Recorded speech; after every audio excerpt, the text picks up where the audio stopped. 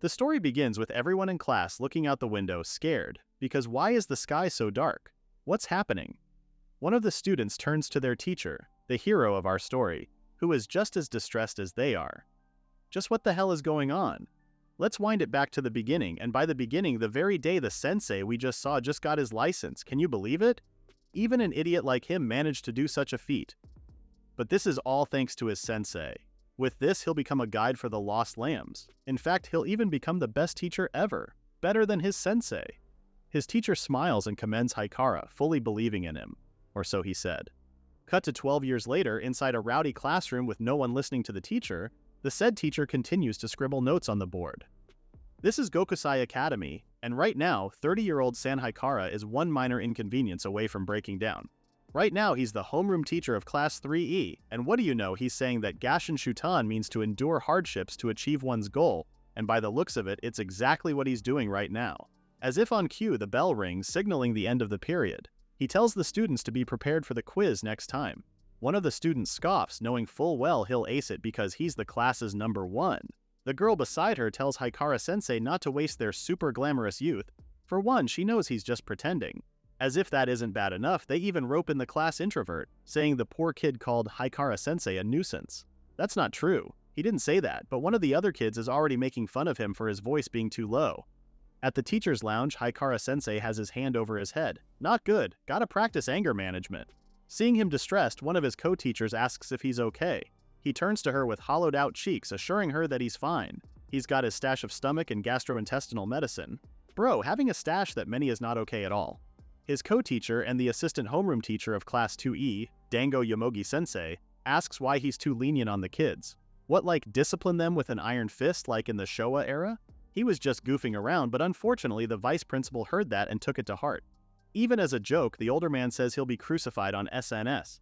He goes on about how teachers nowadays, no, the whole administration is weak, a little scolding, and they're quick to call that instant abuse or harassment. Yomogi-sensei doesn't know that yet, cause she's new to the job. But the vice principal knows Haikara-sensei is aware of that, right?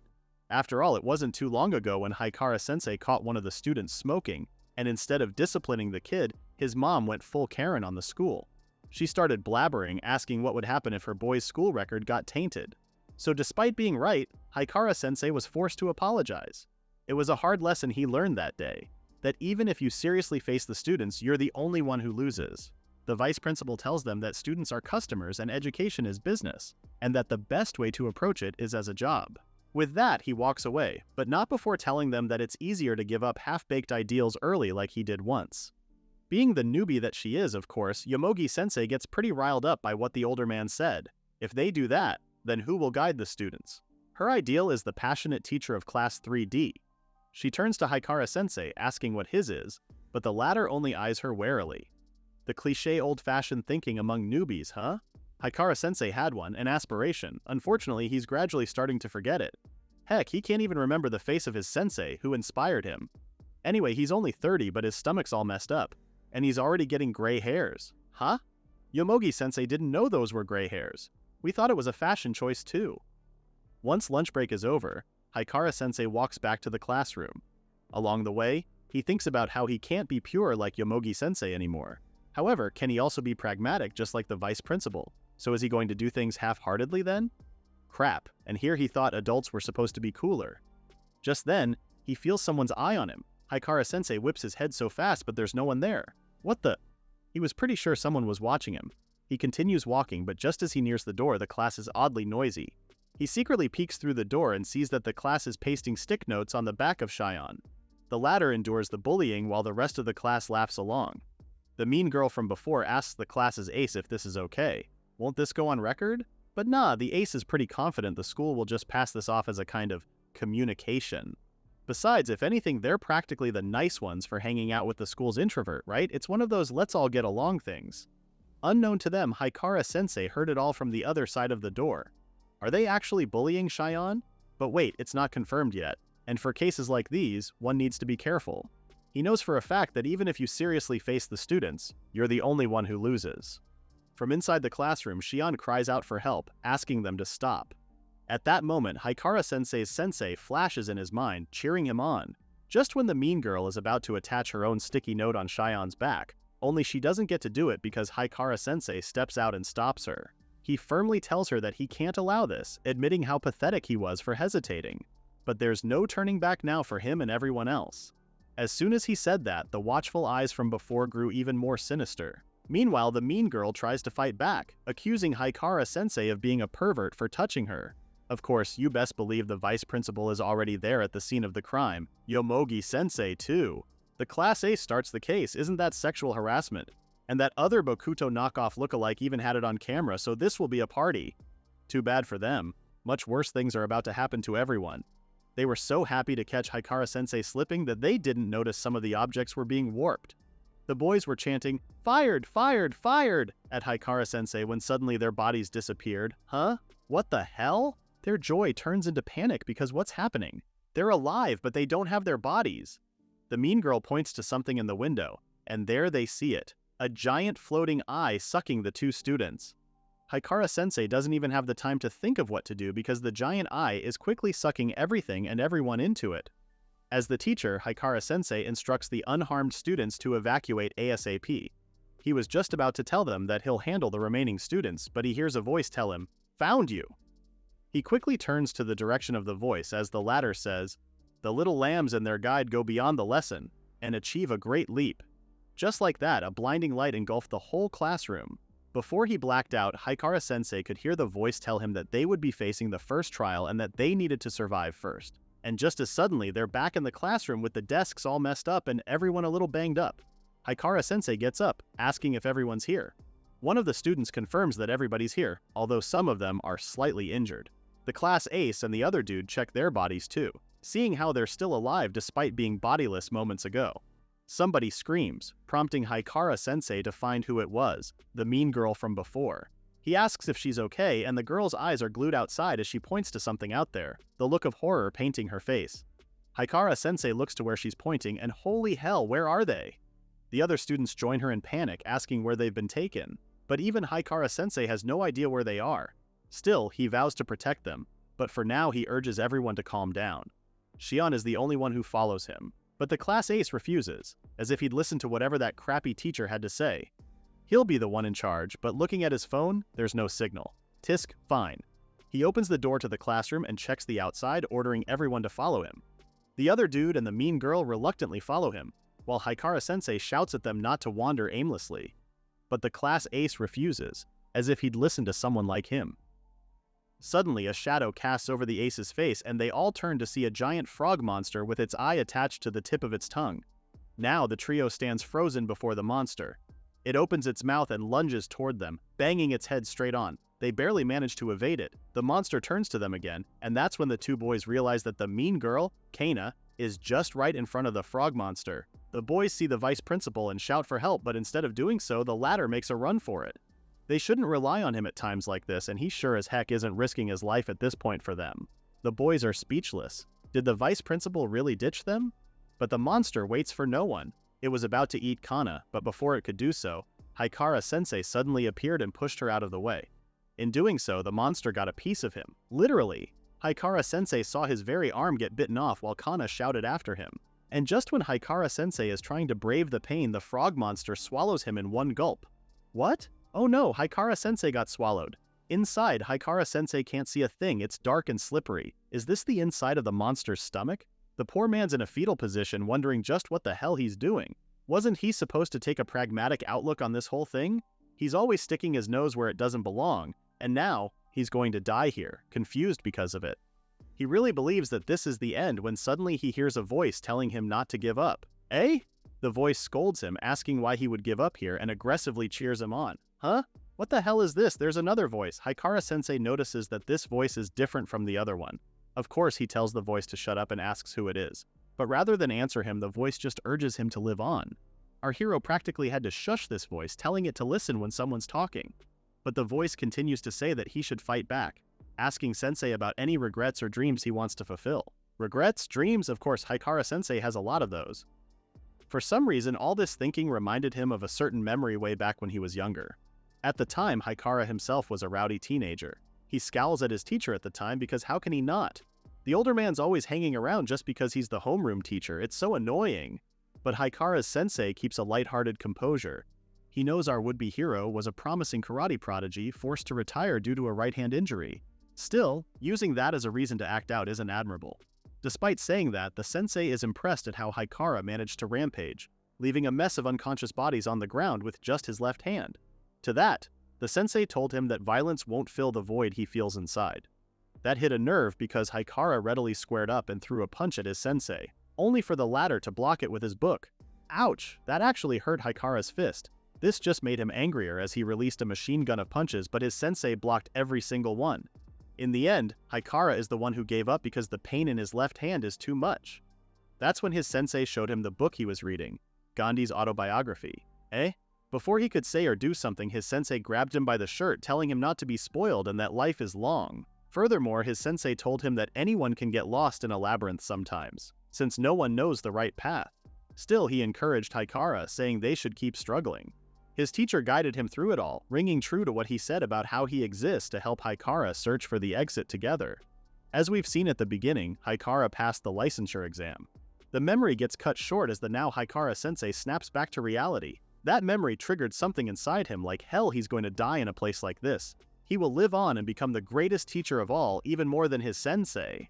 As soon as he said that, the voice granted him something unexpected. He grew a right hand? What in the Deadpool? The voice tells Haikara that it's the voice's own arm, but it'll give it to our hero as a special favor. With this arm, Haikara can now use power. Huh? Like Mirio? Outside, the frog monster eyes Kana curiously as it continues to advance toward her. Yomogi-sensei stands frozen on the spot, thinking she needs to help. She's the teacher, for goodness sake. But she can't move. Even the class ace thinks so too, but no, he's not budging at all. To their surprise, it was Shion who came running and grabbed Kana away from the monster. He even apologized for hesitating like their sensei earlier, but this time he actually did it. Speaking of their sensei, inside the monster's belly, Haikara is focusing on the voice's instructions.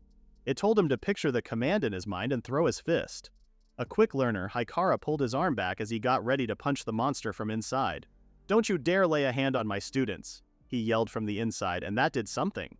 The monster suddenly stopped, and even Shion and Kana noticed that. Inside, Haikara knows what he did affected the monster, so okay, once more. The voice tells him that he gained the ability to use the power imbued in the right hand, and that the ability's name is Monster Teacher. It has the power to subdue monsters and make them obey Haikara's commands, so the voice urges our hero to keep attacking. Haikara pulls his fist back again and punches the monster's gut. This time he vows to carry with him all his sappy ideals and crappy reality. He may be hesitant now, but he'll keep moving forward. Haikara starts punching the monster's insides, claiming how this is child's play compared to monster parents. Plus, at least he gets to punch this one, unleashing his suppressed frustration. This is anger management. No, something even better. Iron Fist punishment. Haikara lets out a barrage of punches, shouting anger with each hit until finally the monster couldn't take it anymore and spat him out. Everyone and their mamas are shocked to see Haikara-sensei is still alive and well, and complete. Now free, he thinks about how he couldn't pass any of the things his teacher taught him because he was so tired of reality and had lost his way. With that said, he can't end things here. He glares at the monster, and as soon as he does, the latter shivers before bowing to him. A magic circle appeared between them as the voice told Haikara that this creature is now his familiar.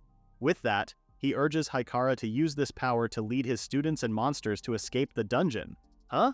Did the voice say dungeon? Haikara quickly calls out to everyone right then and there. Nobody knows what the hell is happening nor what to do, right? Haikara doesn't either, but it's okay. For the first time, he sees the face of his teacher clearly, while he tells them how anyone can get lost in a labyrinth sometimes. No one knows the right path, but even so, they should keep struggling to search for the exit together. This is what teachers are for. So after that bold proclamation while standing on top of the frog monster, it only took a moment for him to get embarrassed at what he had just done. Geez, what is he even getting worked up for? That's pretty embarrassing, man, so he does what any sane person would do in that situation. Feign dizziness. He starts slipping down from the monster, and of course Yomogi-sensei is quick to catch him and have him lay his head on her lap. She doesn't understand what's happening. Didn't Haikara get eaten earlier? So why is he fine? Plus, his right hand grew right back, and then he came from a high place while saying that cool speech. Crap, just when he was trying to brush it off? Come on. But he still answers her, saying he didn't know what came over him to say stuff like that. If he's being honest, he would have just told her that he got carried away at the last part. Oh, and for some strange reason, he can control monsters. Upon hearing that, it's the student's turn to get shocked. Like, bro, what do you mean you can control monsters? Did he seriously bang up his head or what? Rather than explain, Haikara just showed them. He issued 2 quick commands, paw and beg, and the monster diligently followed both. Yeah, the boys can't believe it, it's actually working. As he drinks one of his medicine stashes, Haikara can't help but think that it's up to them as adults to protect the kids, which is why he tells Yomogi-sensei that they should have an emergency meeting. He had the class settle in their seats as he pointed out the obvious, that they're in a pretty extraordinary situation right now. First, they need to assess what's happening before we can deal with it.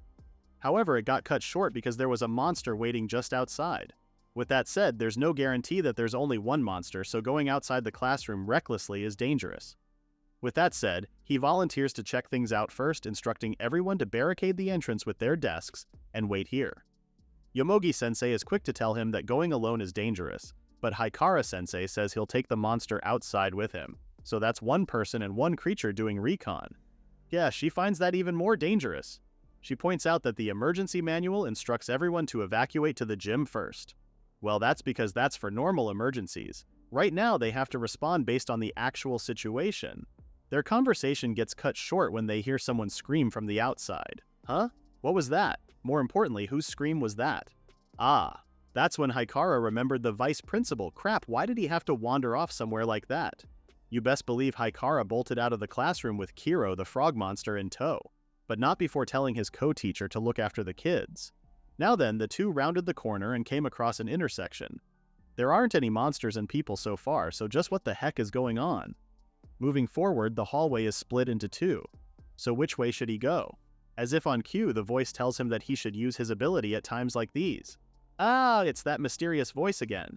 The voice continues that Haikara can share a vision with the monster under his contract. He turns to Kiro and extends his hand over the ladder, establishing a connection. Great, now their fields of view are connected. Cool. It's like looking at 2 screens at once, and yet Haikara is not confused at all. Thanks to this, he and Kiro could explore the opposite ends of the hallway to search while also sharing information. Plus, Haikara can also command Kiro from a distance. Our hero tries it and orders Kiro to turn left, which the latter does. Cool, this is pretty handy, though he has to admit it's pretty lonely by himself like this. Plus, there's also the chance that he could run into another monster now. Haikara is just about to turn another corner when a silhouette pops right in front of him. Ah! This is it, a faceless monster. His reflexes kick in and he throws a punch straight into the monster's face. Strike fast, win fast. Ha! He got the monster now right where he wants him. Haikara was about to deliver the finishing blow when he finally realized who it was. Crap, it's the vice principal. Oh my god. He didn't realize it sooner because why the heck is the vice principal's hair missing? So it's a wig all along? The older man groans and tells Haikara that he was attacked by a monster, showing the slashes on his chest. It's over, they're done for. Crap, this is bad. Suddenly, the mysterious voice tells Haikara to check Kiro's side. He does as instructed, and it's true. There's another monster. But this second monster is fast. It slipped past Kiro easily, so Kiro couldn't even do anything. Oh no, is the monster heading toward the classroom? Meanwhile, back at 2E's classroom, they barricaded the door as Haikara instructed. With Yomogi-sensei taking over, she just hopes they're all safe. And since they don't have anything better to do, Yomogi-sensei thinks this is the right time to keep calm and remember the PRTB rule. Don't push, don't run, don't talk, and don't go back. But the student's attention is far from her little pep talk. Oh no, her message is not getting through. She knows how powerless her words are at times like this. When she was younger, one of her classmates was bullied through SNS. As the class president, she knew she should have reported it to the teacher, and yet she did nothing. Ultimately, that classmate of hers ended up transferring schools. Ever since that happened, Yomogi started to value rules and order above all else. Her should-dos aren't really what reality needs, but she still stuck to them. At the time, the person she admired was in a rerun of a drama about a pair of new, serious, and passionate teachers reforming students. It might be a cliché story now, but when she heard the teacher say, "We need your earnestness, let's struggle together," that was the only inspiration she needed. She was saved by that old-fashioned passion. Because she was saved by those words, it made Yomogi believe that being a teacher was her calling. Unfortunately, the reality was far from what she thought. There are teachers who were self-preserving without an ounce of passion. She sees Haikara-sensei taking action now, but it's not lost on her how he seems to be on his last leg. The giveaway? His eyes are those of a dead fish. For that reason, Yomogi-sensei stands firm. She needs to pull herself together. Just then, she hears a loud bang outside the classroom, followed by another loud banging on the door. It sent the desks toppling over as she turned to look in the direction of the sound. But that thing, whatever it was banging outside, broke through the window and caused the kids to panic. It's trying to break in. Now Yomogi-sensei starts to panic. What on earth is that? What does she do? Thankfully, the students were much braver than her and made a move. The class ace instructs the boys to poke whatever that thing is with poles and to brace the door while telling the girls to throw stuff at it. Just do everything to keep that thing from getting inside. That Bokuto lookalike boy manages to poke something, but whatever it was only glares back at him, which sends him stumbling back. A moment later, the monster is gone. Huh? Did it run away? Yomogi-sensei hears something from the classroom next door. What was that? But she soon realizes what's happening. The creature used the balcony next door to jump into theirs, breaking right into their classroom. It's a wolf monster. Did that thing really do all of that? Is it that intelligent? The monster snarls and moves closer to the pepper-haired boy. He got so scared he fell on his bum, apologizing to the monster for poking it earlier. It lets out a roar, making everyone even scarier than they already are. This is so scary. Yomogi-sensei starts shaking, and for some reason she remembers a certain memory. At the time, some of her co-teachers were saying she was too serious and that young people like her are all talk and no action. Then she also remembers her classmate who got bullied, and that was fuel enough to get her moving as she runs to where the monster is, trying to position herself between the student and the beast. She screams, "Teachers should protect their students!" Just then, Haikara's voice can be heard from outside, warning them to get away from the hallway. Not a second later, our hero came crashing through the wall, riding on top of Kiro with the vice principal clinging to him. The wolf-like beast comes running straight at them with its fangs bared, but Haikara is ready to execute his Haikara-style emergency motto: don't run, don't push. Kiro uses his tongue and wraps it around the other monster's neck, while Haikara gets down and throws a solid one, his iron fist punishment. The wolf monster was sent flying. Wait, there's no need to kill it, right? Then fine, okay, he uses obey. Similar to Kiro, a magic circle appeared on the monster's forehead, as Haikara heard the voice tell him that Kiro's magical power had overcome the second monster. With this, the contract with the second monster is complete. Our hero is still clutching his fist, processing what the voice said before he collapsed due to anemia. But you know what? It's fine. As long as he has his drink with him. Hell, that is not fine at all. Yomogi-sensei kneels over him, teary-eyed as she apologizes to him. If they had all gone outside the classroom as she suggested, then they would have been attacked by that monster. Everyone survived only because they followed Haikara's instructions, and yet here she is. All she can do is follow the manual. It seems like what they said about her was right, that she's all talk. Haikara replies that that's not true. That's hindsight. He gets up asking her this. What if it were a monster that could easily break through walls? What if he didn't make it in time? What if a student got hurt while they were taking action? Honestly, no one knows the outcome. Even so, he highlights that making decisions and taking responsibility are what adults do. Based on those decisions, having an environment where different opinions can be exchanged is healthy. Plus, he doesn't think Yomogi-sensei is all talk. For sure, she must have been keeping the students together while he was gone, right? He points her to the students, thanking her for jumping in at the last minute. Haikara-sensei continues how over-affirming reality can also lead to making excuses. But Yomogi-sensei's seriousness is what's needed, so they should continue struggling together. Hearing those words reminded her of the protagonist she deeply admired, and suddenly, Haikara-sensei looked much better in her eyes. She shakes her head and regains her composure. But fine, for the sake of the students as adults, they need to cooperate closely right now. Haikara coughs up some more blood, causing them to worry for him, but he assures them he's fine. Little did they know that during this time on that particular day, 2 people would disappear from the classroom due to the lesson that attacked them. Once Haikara recovers, he immediately suggests to Yomogi-sensei that they should all move together, huh? But wasn't he so against evacuating as a group earlier? In his defense, he has already done a general sweep of the school grounds. So far, there are no other monsters, so now's their best chance to move. Besides, the classroom is not really the best place to stay given the state of the collapsed wall like that. And yes, he admits he's the one who did it. Moving forward, he pulls up the school floor plan and locates the easiest way to get to the gymnasium. So far, the thing he's learned is that there are some monsters they can't defend against if they stay in the classroom, which is why it's best to move to the gymnasium as Yomogi-sensei suggested. Additionally, Haikara-sensei said he checked the corridors earlier while searching for the vice principal, confirming the latter is safe. Oh yeah, the vice principal! Yomogi-sensei turns to him to check if the older man is bald. But more important than that, she's concerned by the lump on his head and the scratch marks on his chest. Are those injuries from a monster? The older man confirms that's correct, and was about to tell her that the other injuries are from Haikara, but our hero quickly told them they should move out. The students start clearing the room as the teacher suggested, save for one. Kana stands awkwardly until she finally reaches out to Yomogi-sensei, shyly telling her that she needs to use the restroom. Huh? Now? Can't she just go later? Yomogi-sensei stressed they need to evacuate as quickly as possible. Kana's hesitance finally clicked with her teacher. Oh, okay, she's good with it, but given their situation, Yomogi-sensei says she needs to consult this with Haikara-sensei first.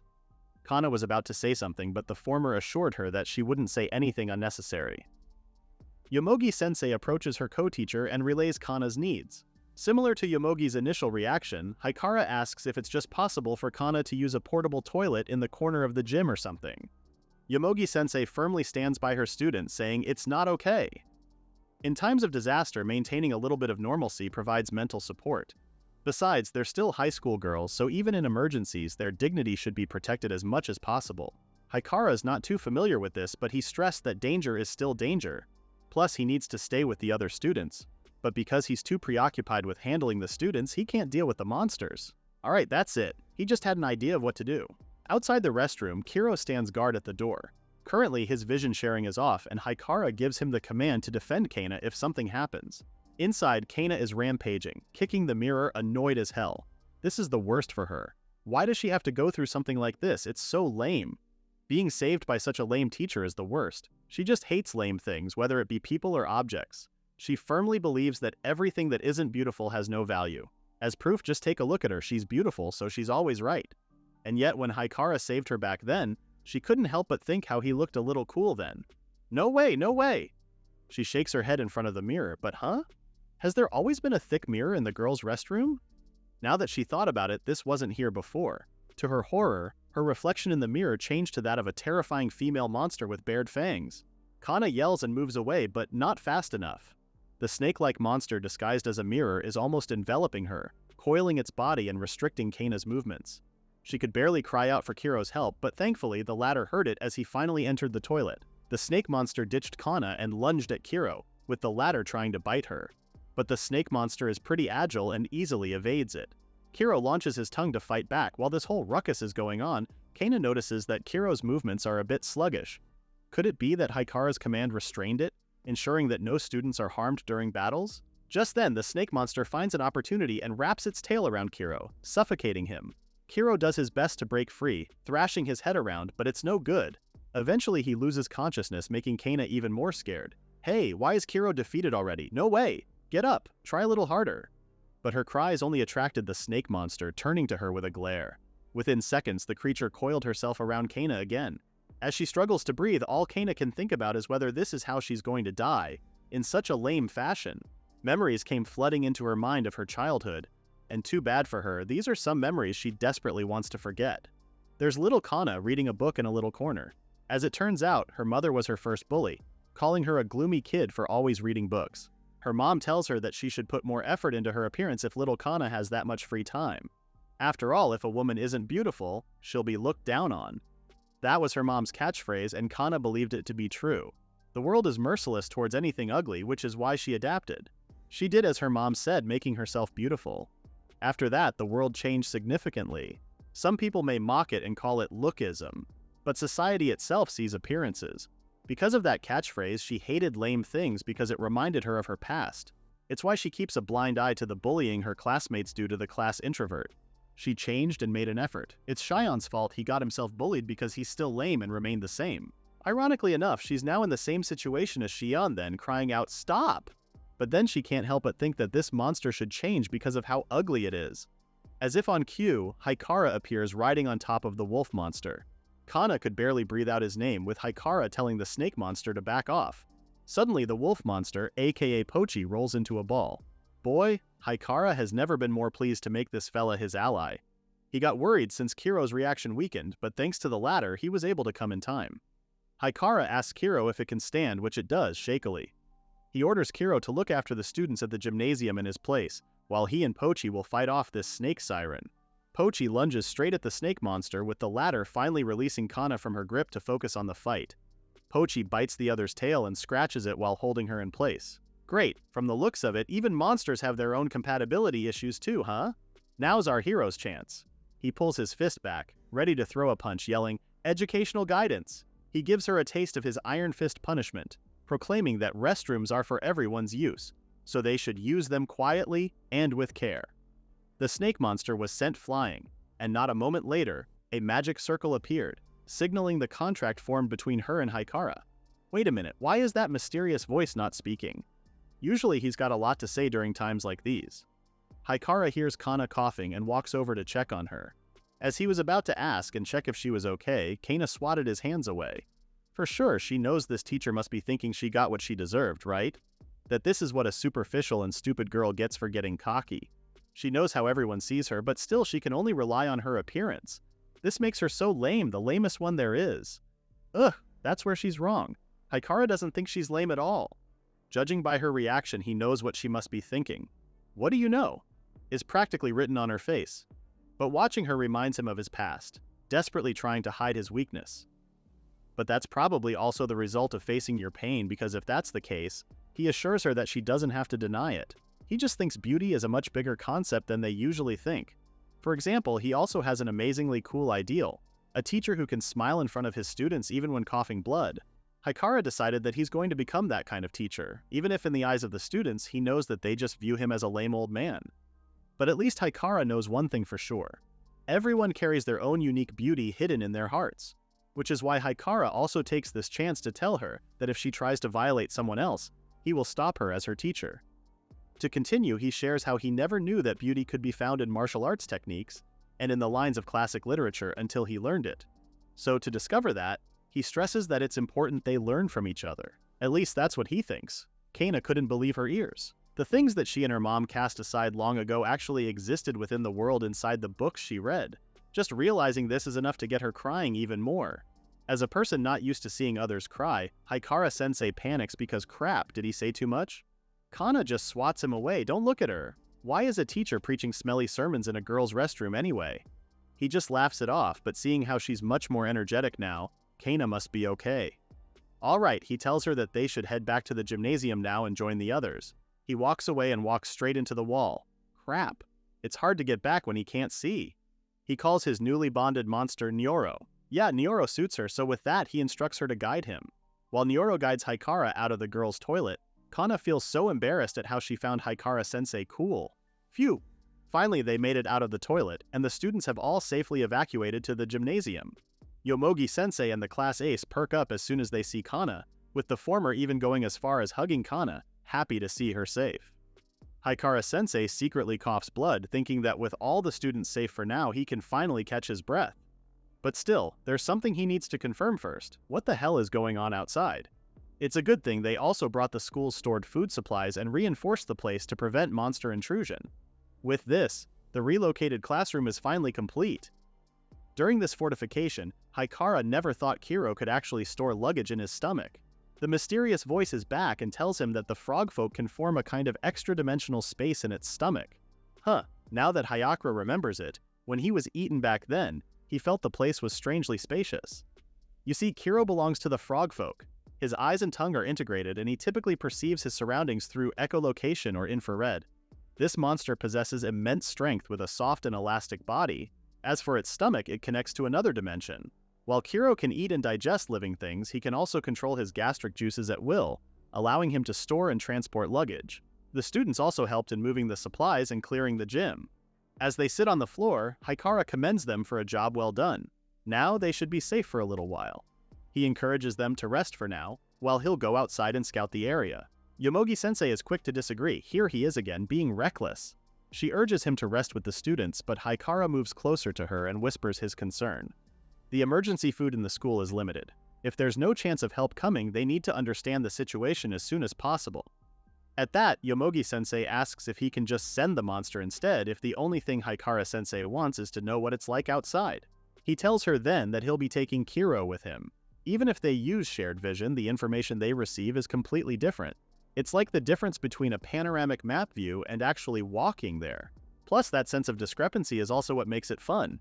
Even in familiar towns, you end up noticing things, you know? Anyway, he got too sidetracked. So back to the current issue. He tells her that he needs some help, and with that, Yomogi-sensei volunteers herself. That's a hard no. He urges her to stay and keep the students together. Instead, he'd like to ask the vice principal to come with him, catching the older man in shock and horror. Why him? Well, Haikara says it's because the older man is well versed in earth science, which is why he'd like the vice principal's cooperation in investigating outside. The latter grits his teeth because this is way above his pay grade. Just then, Shion volunteers and asks if he can also come along. Both senseis are shocked, but Sean insists.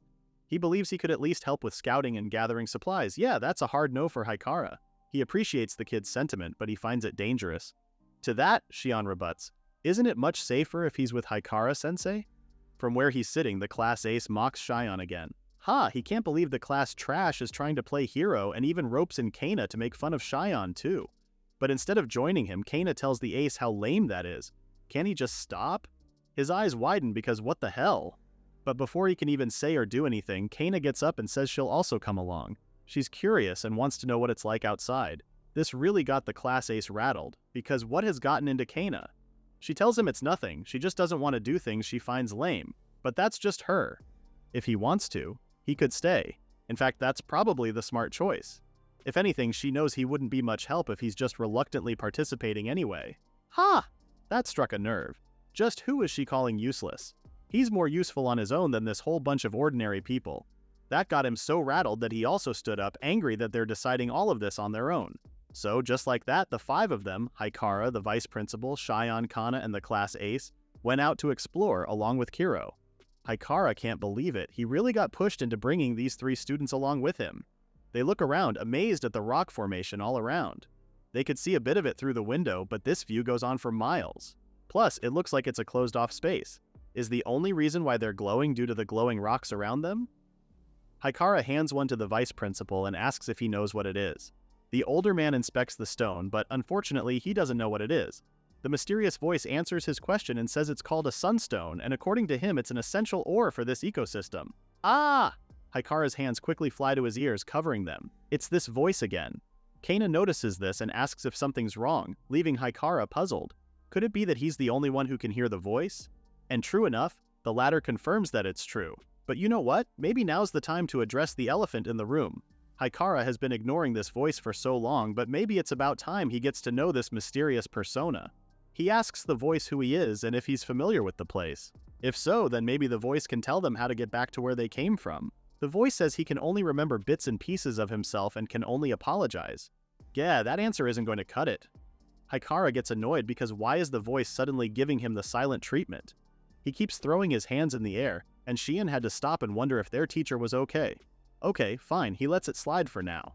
Anyway, this just confirms that not only did their surroundings suddenly change, but they're the ones transported to this place. Kana asks if they could ever return home, and he assures her that they will. He promises that everyone will get to return. Both Shion's and Kana's emotions are stirred. The class ace, on the other hand, feels his throat getting dry. There's way too much sand in the air. Haikara asks him to bear with it for a little while more, given their water supply is limited too.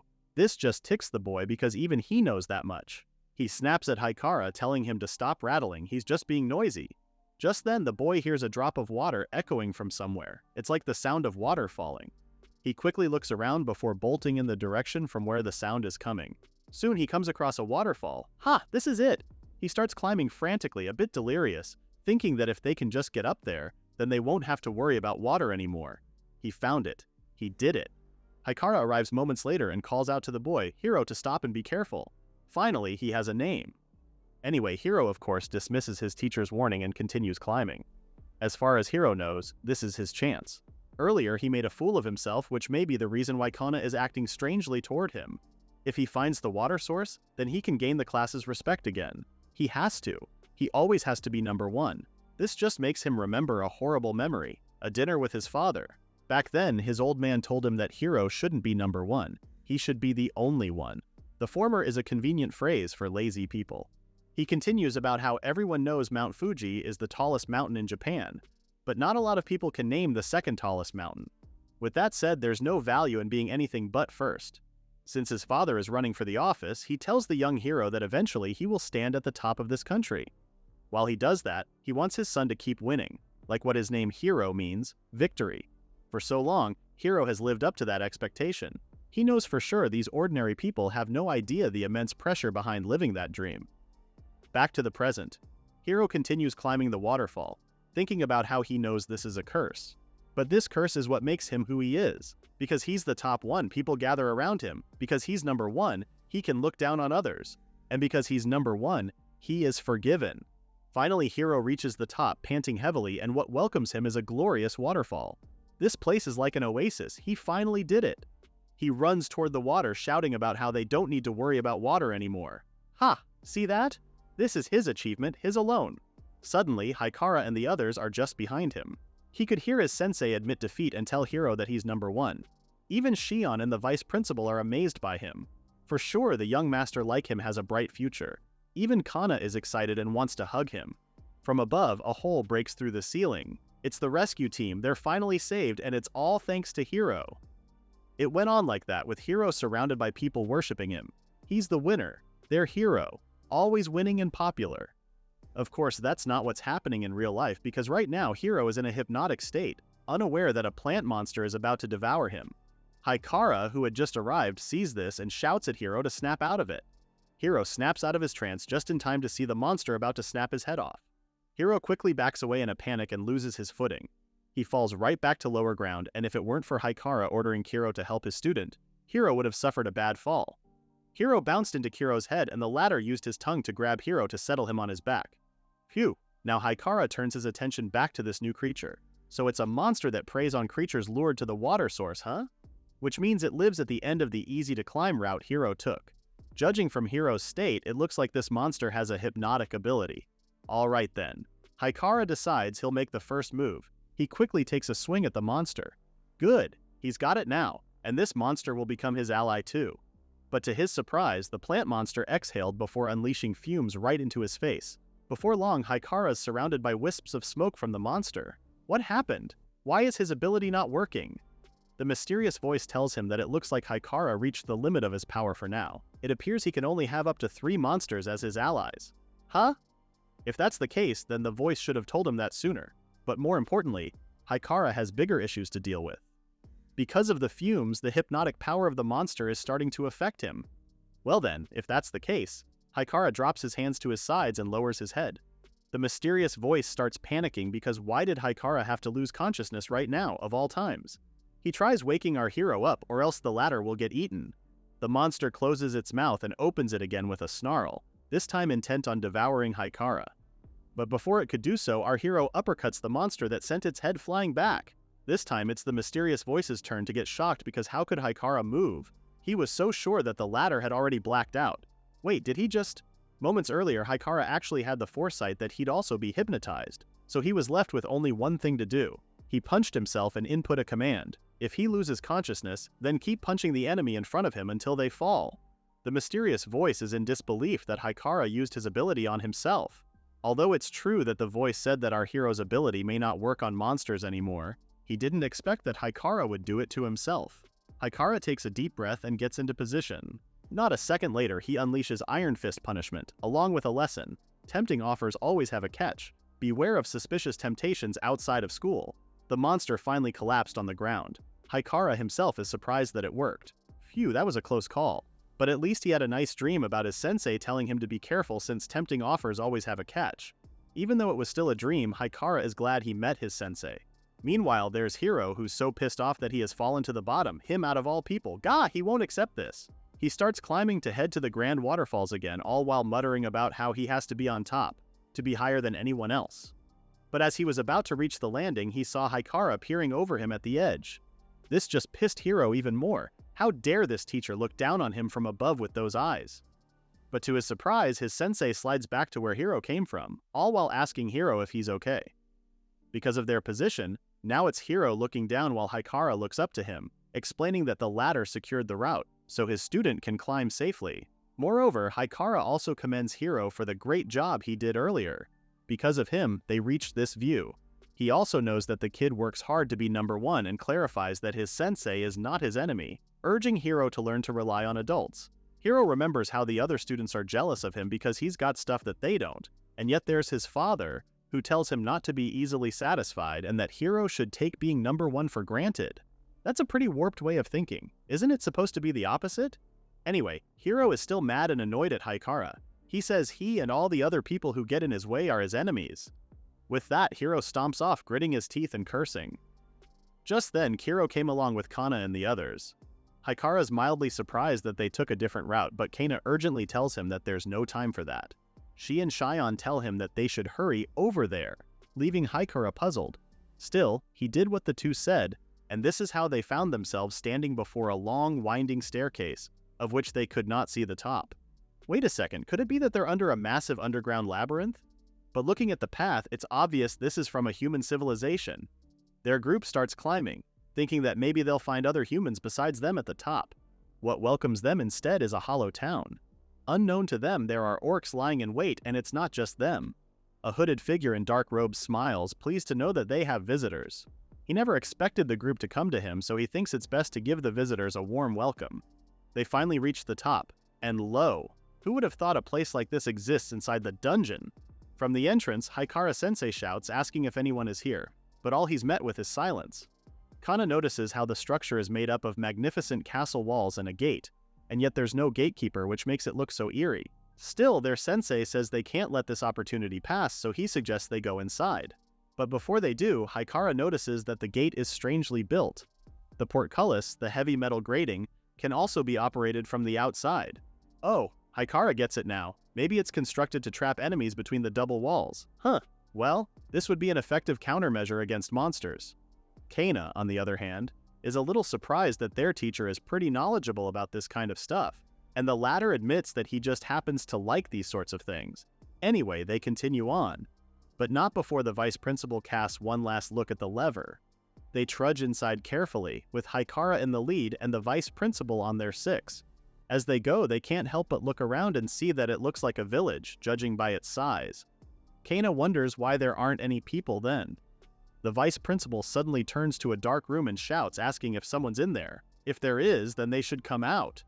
But the longer he looks, the more a shadowy silhouette begins to form until suddenly it lunges at him. It's an orc. Already panicking, the vice principal could do nothing but scream as the orc clings to his body. Of course, there goes Haikara, rushing to the rescue. He apologizes in advance if the monster was greeting the vice principal. Even so, he had to kick that little twerp and send it flying. What the? So it's not that strong after all. Haikara then checks if the vice principal is okay, and the older man starts going off about how that little guy was hell-bent on killing him. Well, he's right about that. Before long, another jumps from above and lands on top of Haikara's head, biting it as hard as it can. Annoyed, he whaps the little monster to the ground while lecturing it not to touch strangers so casually. That's rude. Just then, they start appearing everywhere, and before long, the group is surrounded. Crap, there are way too many of them. Even if they're weak, this many is too troublesome to deal with. Before the orcs could do their damage, Haikara told everyone to run for it. The other four bolted as soon as he said that, while Haikara stayed behind and told them to keep on running. Of course, a cliché scenario had to happen. Kana trips in a hurry, causing both Hiro and Shion to call out to her from ahead. But one of the orcs is already upon her until Shion hits it with a plywood. Huh? Hiro is shocked because this is the second time the class introvert played Hiro, and Haikara commended the boy for doing a great job. As soon as he got near them, he threw another punch, knocking the monster out. Shion helps Kana to her feet, while Haikara is still singing praises to him. The kid has guts. As they continue running, Shion reveals that he was so scared, and that was his first time using violence, actually. Even so, he remembers his grandma told him that his action would always come back to him along with the golden rule. If you see someone in trouble, you must help them. Haikara's jaw dropped because good grief. This kid is like a cinnamon roll, too pure for this world. How can he be this pure even in high school? Shion's innocence just dazzled the jaded adult who is Haikara. But then again, Haikara thought that with this purity, he's probably taken a lot of losses, no? So he says to the kid that he's right, that's how it should be. Hiro, who heard their conversation, just huffed in annoyance. But his annoyance didn't last long because he could finally see the entrance with the portcullis. Kana calls out to Haikara-sensei to hurry. Well, that's what he's trying to do, but dealing with the orcs is quite a handful. Back to Hiro. He finally notices how the vice principal only kept running ahead and didn't bother sparing them a backward glance. Hell, he didn't even look back when Kana tripped earlier. The older man was the first to reach the entrance, and seeing the lever, he started pulling it, thus sending the portcullis down and locking the rest of the group out. Ha! The four of them were shocked because why would the vice principal do something like this? Ace is all over the metal grating, demanding that the older man open up. The vice principal tells them that if they wait for Haikara, then the monsters will follow suit. Personally speaking, he has to survive. At that, Kana questions if he plans to abandon his students, and the vice principal told them to shut up. You can imagine how Hiro starts to get annoyed at that, because what kind of teacher is he? But the vice principal couldn't care less. Hiro and the others should respect those who live first. All this time, the older man has been harboring ill will toward these kids, stating how punks like them abandon their duties and only claim their rights. But seeing on the other end of the grating, the vice principal admits how he had always wanted to teach them a lesson, cackling as he said so. This is bad, this old fart has lost it. Hiro tries to break through the grate, but it's no use. Haikara is torn.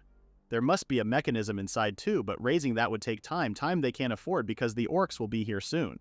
With no other choice, he quickly suggests they look for another exit and leads the way. The vice principal remains rooted at the metal grating, checking if they're really gone. Once he's sure, he mutters about how they should draw the monsters away from him. He starts cackling again because this is how it should be. They die and he lives. Ha! Serves them right. But his happiness is short-lived because he sees a shadowy silhouette appear before him. Who's there? Is there someone still there? A hand holding a staff points it at the metal grating, and a second later, it exploded. The vice principal was sent flying while the orcs started to swarm the place. What happened to the gate? This can't be. Even the frog monster couldn't break through that metal grating. The orcs start running straight to him, but the older man could only beg them to stay away from him. In the midst of all the rubble, the shadowy silhouette appears again. A black magic circle appears, and dark vines wrap around the principal's body and mouth, restricting him fully. The unknown figure smiles, saying, "First one," soon followed by loud grunting and cracking sounds. Meanwhile, Haikara and the others are still on the run. Hiro is pissed as hell, vowing to kill that vice principal later for what he did. Kana turns to Haikara asking if they have any useful adult knowledge for times like this. Huh? Okay, actually he has one. Leo Tolstoy once said, "The battle is won by the one who's firmly resolved to win." Kana had to have Haikara translate it to layman's terms so that the latter shouts mean they should do their best. Hiro calls him out for being a useless Japanese teacher when Shion shouts that there's another portcullis, similar to the one they saw at the entrance. Maybe they can get out somewhere if they head there. Haikara lauds Shion for a job well done, and with that, the sensei urges his student to run toward it. They were so focused on reaching their destination that they failed to notice one of the orcs suddenly appear and grab Hiro's legs. He falls down face first and tries to pry the monster away from his legs. Shion is the first to reach out to him, extending his hand, and Hiro reaches back. As soon as their hands clasped, a magic circle appeared, and suddenly they were sucked into the entrance while the monster was sent back. Huh? What was that? They couldn't ponder over the matter anymore because Kana told them that this one also has a lowering mechanism. Haikara is the only one left outside, and while he was still a few feet away from it, he told them to lower the grating. Haikara slides toward it and reaches them in time just as the grating goes down. Phew! They finally made it! Haikara checks if everyone is okay, and it is Shion who answers that they're barely okay. Alright then. Their sensei looks around and realizes that they're in a vast sand pit. Is this a plaza or something? Haikara dusts himself off, saying they need to find their way back after a short rest. Kana asks if he's okay, and the latter assures her that this is no biggie. Grading tests after an all-nighter is much harder. On the other hand, Hiro approaches Shion and asks why the former saved him. This introvert scum, he's trying to make Hiro owe him something, no? Shion only looked at him and didn't get a chance to say anything because Hiro already turned away, clicking his tongue in annoyance. He's pretty pissed off because Shion has that "what's your problem" look on his face. How can he be so soft? Kana also takes this chance to thank Shion for saving her earlier, and Haikara also praised the kid for how he did great earlier. Hearing all these made Shion happy. It looks like his grandma was right after all. You see, Shion's grandma told him back when he was much younger how his parents tricked people with fraud and got arrested. With that said, he stressed how his actions will always come back to him, which is why he has to become someone who helps people in trouble. Shion took his grandma's words to heart, so when he saw Hiro bullying another classmate, Shion stepped up, but this just made him their target instead. Ultimately, Shion becomes the bullied one, while Hiro and Kana relish what they're doing.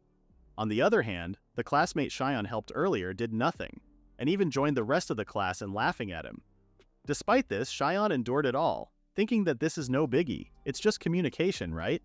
But now he's happy because what his grandma said is true.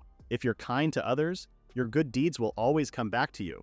Unfortunately, Shion's happy moments got cut short because the entrance gate exploded. Everyone turned to see what had happened because what the hell just happened? The orcs are kneeling as the mysterious figure in a dark robe appears, the same guy the vice principal met earlier. As soon as Haikara saw him, his fight or flight mode was activated. Just what the hell is this guy? A chill runs all over his body and it's like his whole being is rejecting this dude through his ability. Without hesitation, Haikara quickly tells everyone to run. The mysterious figure makes a small motion with his hand and it is soon followed by a giant worm monster emerging right under Shion's feet. Haikara, Hiro, and Kana watch in horror as Shion calls out to their sensei before the worm monster swallows him whole. Kana screams in terror while Hiro is in disbelief at what has just happened. What the hell are they supposed to do now?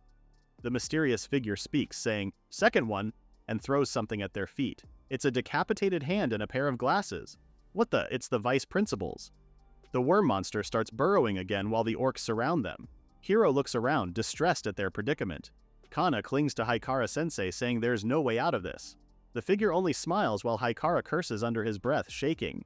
He yells out loud, refusing to believe what happened to Shion. He's so angry and refuses to accept what happened to his student. The markings on Haikara's right arm dissipate, and this catches the mysterious figure's attention. Hiro turns to attention before he starts thrashing around on the ground. Eh? Kana asks what's wrong with the frog monster, and the figure couldn't believe what was happening. Meanwhile, Haikara is lost in his rage, as the markings on his right arm dance around, emitting a threatening aura. Suddenly, all of the memories Haikara spent with his sensei came surging in him as he concentrated them into his fist. Back at the gym, Yomogi-sensei wonders if Haikara-sensei and the others are okay since they've been gone for a while now. Suddenly, Pochi and Nyoro perk up. Like Hiro, they also start thrashing around for no reason. Yomogi-sensei asks them what's happening to them, with Pochi emitting something from his body as if his life force were being sucked out. Meanwhile, on Haikara's end, our hero is fuming. He's like in Saiyan mode. The mysterious figure is surprised to see what's happening to Haikara, while Hiro and Kana also turn to him, worried. One of the orcs lunged at him, but Haikara caught it by the arm and slammed the orc into its brethren. He used the little monster as a weapon, slamming it around before he finally used his fist to unleash a barrage of punches. More orcs cling to him, and before long the monsters cave in on him. But they're no match for Haikara's power. He sends them all flying as he continues punching them. Wait a minute, there's something funny on his arm. Kana is surprised because it isn't that Nyoro's transformation ability. Out of nowhere, the worm monster joins the fight and tries to attack Haikara's blind spot while he is about to hit one of the orcs. But our hero quickly shifts his attention to the bigger monster and stops the latter from moving with his bare hands. The worm monster tries to push back, but Haikara holds it in place, and before long it stops fully. This monster really saved him the trouble of chasing after it. Now he wants Shion back. Haikara grabs the monster and wrings it like laundry, cracking the monster's face as he does so. The mysterious figure watches from the side because he didn't expect this to happen. In his mind, he wonders why Haikara can use that power. That's when he noticed the aura Haikara is emitting is similar to Kiro's. Oh, so it's like that, huh? The hooded figure is left in a pickle.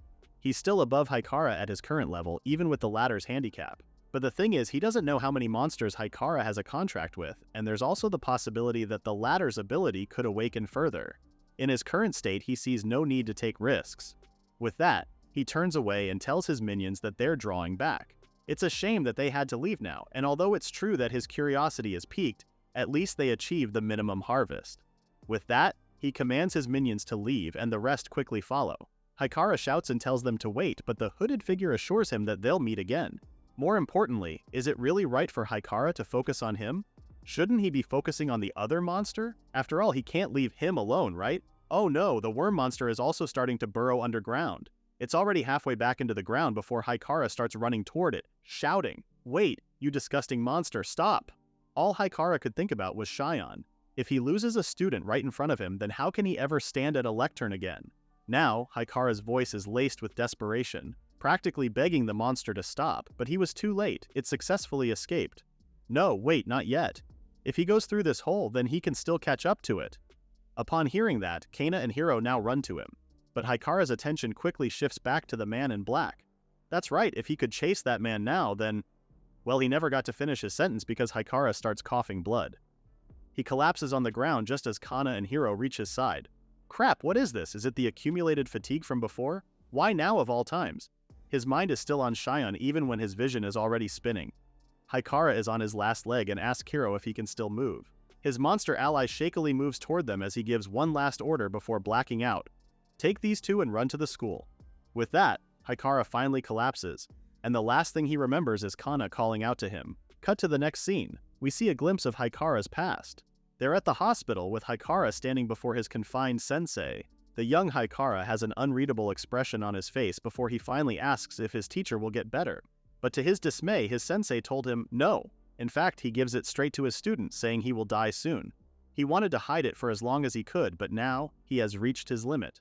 Haikara is quiet for a moment before he starts getting pissed because what the hell is up with that? Wasn't it his sensei who told him to do his best and that if he did, the future would open up? The young Haikara can't help but cry because in the future he envisioned, his sensei was right there with him. And without him to show him the way, what is Haikara supposed to do from now on? But as soon as he said it out loud, he regretted it. He realizes that even now he's only thinking of himself. He's still a brat after all. His sensei only smiles at him and admits that even he himself is only thinking of what he wants. The older man tells Haikara that the reason he taught him so many things was that he wanted to leave behind a part of himself before he died as an education for the young Haikara. With that said, he hoped Haikara would indulge his selfishness for one last time. There's something his sensei wants to tell him, something he wants to leave with Haikara. He goes on to say that as long as his student lives his future life earnestly, then there will surely be times again when he is crushed by despair, and he can't see a way out, just like now. In those times, the thing that will save Haikara is. And with that, the current Haikara wakes up after he hears someone calling for him. He's back at the gym, lying on one of the foam mattresses with Yomogi-sensei beside him and the other students watching him. Yomogi-sensei is relieved to see him finally awake, while Haikara groggily asks if he's at the school. According to her, Kiro carried the three of them back here, barely standing. Fortunately, no other monsters appeared, but Yomogi-sensei was truly worried because Haikara-sensei wouldn't wake up. Haikara then asks if she has already heard what happened from Kana and Hiro. To that, Yomogi-sensei looks away, with Hiro and Kana doing the same, while the rest of the class have mixed expressions. Haikara-sensei remains expressionless and sits up. Yomogi-sensei assures him that it's not his fault. After all, he sacrificed so much and did his best. To that, Haikara-sensei could only apologize to her and ask if she could grant him one selfish request. At the library, Haikara stands in front of one of the shelves and chooses a book titled Kokuro. His earlier request to Yomogi-sensei was to have a little alone time. He left all three monsters at the gym, promising that if anything happens, then he'll come running right away. Haikara takes the book out and starts flipping through the pages. As soon as he does, he hears the voice of his sensei tell him that there will surely be times again when he is crushed by despair and can't see a way out, just like now. In those times, the thing that will save him is this. Continuing from his memory earlier, his sensei holds the same Kokuro book he's holding now. Huh? So the thing that will save Haikara is a book? His sensei corrects him, it's knowledge actually. From novels, manga, movies, or friends, the older man says it doesn't matter where Haikara gets it from. All knowledge is the past that humanity has discovered. Didn't Haikara ask him once before about what the use of the Japanese class was? According to his sensei, it doesn't need to be useful, but if he had to say, he's sure that Haikara will surely be able to find a suffering similar to his within the vast knowledge left behind if he wishes for it. Upon remembering this, the current Haikara can't help but shed a tear. What's more, his sensei also told him that once he does find it, then he won't be alone no matter where he is or what happens to him. His sensei proclaimed how he wished to continue living too, within that connection that is greater than oneself. For his final lesson, he wants Haikara to use the experience of his death. This is his final selfishness. So whenever Haikara is struggling, his sensei hopes he will visit him again. Haikara meditates over those words, and as he closes Hojuki's book, he has a certain calmness about him. Once he finally opened his eyes, there was a determined look on his face. Meanwhile, at the gymnasium, the students are clamoring, where the hell did Haikara-sensei go? He just went and left them like this. This is irresponsible of him. This must be why he let Shion get killed. At that, Yomogi-sensei tries to calm them down, but it's no use, the students are all riled up. They start spewing conceited thoughts about how adults are always selfish, but some of the other students call them out for pulling angsty crap now, while others cry about how they want to go home. Yomogi-sensei herself is distressed because she can't control everyone. Hiro's friend also has his 2 cents. This is what happens when that crappy teacher shows up and even tries to get Hiro into bad-mouthing Haikara. Hiro glares at his friend, and even though Haikara is pretty trashy, he warns the other to stop running his mouth when he didn't even see a damn thing. For all it's worth, Hiro is the only one who gets to treat Haikara like crap. His friend is stunned and starts to stutter because he didn't expect Hiro to react like that. In the midst of all the noise, Kana finally speaks up. She tells them how, ever since they got here, Haikara-sensei has been prioritizing them while completely neglecting himself. To kids like them, adults always felt like a different kind of creature. But then there's the scene from her childhood that she can never forget. Kana shares the time when late one night, her mother, thinking she was asleep, was crying. As a kid, Kana herself didn't know what happened, but that was the first time she thought that her mother wasn't just an adult, she's also an individual human being. Right now, Kana tells her classmate that the one suffering the most among them is most definitely Haikara-sensei. This is why, even if it's just for a little while, she wants him to rest for a bit. That narrative instantly quieted the class. Speaking of, Haikara-sensei returned as if on cue. Yomogi-sensei is surprised by his quick return, asking if he's okay and urging him to rest more. Instead, the latter bows and thanks her for what she did. But now he'll take over from here. With that, Haikara-sensei turns to everyone. Starting now, they'll conduct an after-school meeting and the agenda is how they are going to live here from now on.